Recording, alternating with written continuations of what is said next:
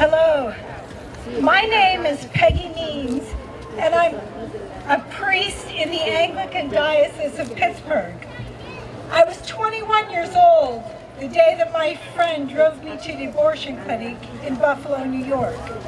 She worked nights, so she went across the street to a hotel, and I went into the clinic alone. I knew that I could handle it alone, and I heard that it was a simple procedure, so it didn't scare me.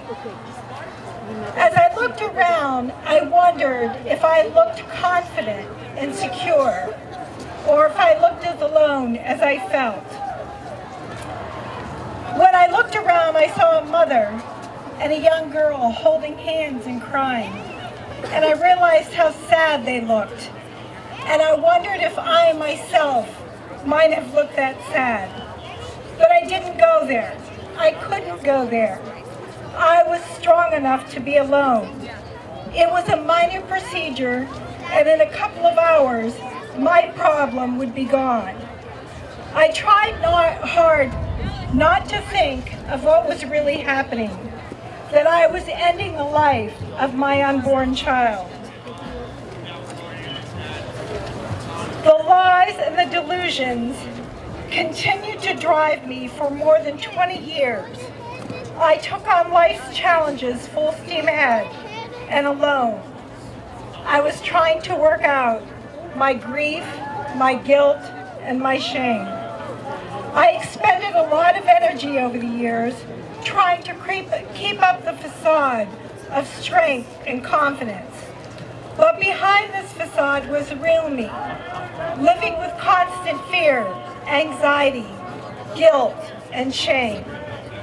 And then, of course, there was the energy it took to hide the abortion, not to talk about it and not to bring it up, but to stuff it further and further. I worked hard to keep my guilt from crumbling in front of me and from having this whole facade fall apart, and for people to see the real me. Eventually, marriage, infertility, and the adoption process and eventual motherhood compelled me to dig deep into that day in the abortion clinic. The words of Deuteronomy 31:6 became real for me as I tried to understand the impact of my abortion. Be strong and courageous. He will not leave you or forsake you. I began to understand that I really wasn't alone that day in the abortion clinic. He was with me. He grieved, he wept, but he was with me. He was there, and he's been there all these years through my struggling. By his grace and mercy and much prayer from a lot of people, I was directed to Rachel's Vineyard in Pittsburgh.